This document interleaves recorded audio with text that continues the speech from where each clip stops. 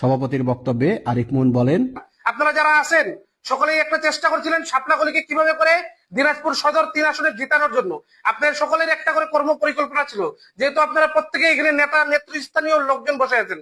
সেই কর্ম পরিকল্পনাগুলো আগামী দিনে কিভাবে করে আমাদের 10 দলীয় জোটের যেই মার্কা আমরা পাইছি দাঁড়িপাল্লা, সেই মার্কা আমরা কি পাইছি এটা দেখার বিষয় না।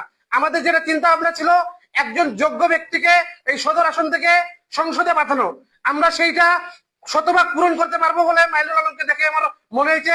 ইনশাল্লাহ বাকিটা সামনের দিন আমরা তার কাজে প্রমাণ পাবো ইনশাল্লাহ।